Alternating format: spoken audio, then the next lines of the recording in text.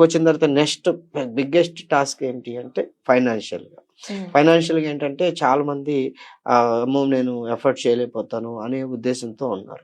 వారి కోసం ఏంటంటే మనం ఎవ్రీ ఇయర్ 100 స్టూడెంట్స్‌ని మనం ఫ్రీగా మన ఫౌండేషన్ ద్వారా అకాడమీ ద్వారా మనం ఫ్రీ ఎడ్యుకేషన్ ఇవ్వటం జరుగుతుంది. హ్మ్. మనం లాస్ట్ ఇయర్ ఈ ప్రోగ్రామ్ లాంచ్ చేసిన దగ్గర నుంచి ఇప్పటి వరకు 158 స్టూడెంట్ జమ్మూ కాశ్మీర్ నుంచి కేరళ వరకు కూడా జాయిన్ అవ్వడం జరిగింది. త్రూఅవుట్ ఓహ్! ఆల్ ఇండియా ప్రోగ్రామ్ మనం రన్ చేస్తా ఉన్నాం. హ్మ్.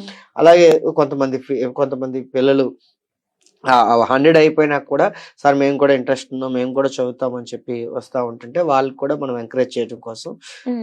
వాళ్ళు ఖచ్చితంగా వాళ్ళకి వాళ్ళ యొక్క వారి యొక్క అభిలాష ఎలా ఉంది, ఖచ్చితంగా వాళ్ళు దీని మీద ఉన్నారా లేరా అని. చాలా మంది పిల్లలు ఏంటంటే ఫ్రీ ఎడ్యుకేషన్ అనగానే ఫస్ట్ ఆవేశంగా రావటం జరుగుతుంది. కానీ ఒక హ్మ్. 15 డేస్ తర్వాత, 20 డేస్ తర్వాత, ఒక 1 మంత్ తర్వాత డ్రాప్ అవుట్స్ ఉంటాయి. హ్మ్. కాబట్టి మేమేం చేస్తున్నామంటే ఇప్పుడు ఖచ్చితంగా ఎవరైతే మేము ఫ్రీ ఎడ్యుకేషన్ అయితే స్టార్ట్ చేసామో ఖచ్చితంగా వాళ్ళు మన దగ్గర కన్సిస్టెన్సీకి ఒక 3 ఇయర్స్ గనక ఉండగలిగే కెపాసిటీ ఉన్న వాళ్ళని మనం తీసుకోవడం జరుగుతుంది. హ్మ్. అలాగే ఫీజులు ఉన్నాయి. ఫీజులు లేవని నేను పూర్తిగా లేవని అనట్లేదు. ఫీజు కట్టగలిగే పరిస్థితి ఉన్నప్పుడు వాళ్ళు ఎవరైతే కట్టగలిగే పొజిషన్‌లో ఉన్నారో వాళ్ళ దగ్గర ఫీజులు తీసుకోవడం జరుగుతుంది. కానీ లక్షల్లో కాదు. చాలా తక్కువ మొత్తంలో ఫీజు తీసుకోవటం కూడా జరుగుతా ఉంది. హ్మ్. ఎందుకంటే అది దానికి వారికి ఎంతైతే అవసరం ఉంటదో అంతవరకే ఫీజులు తీసుకొని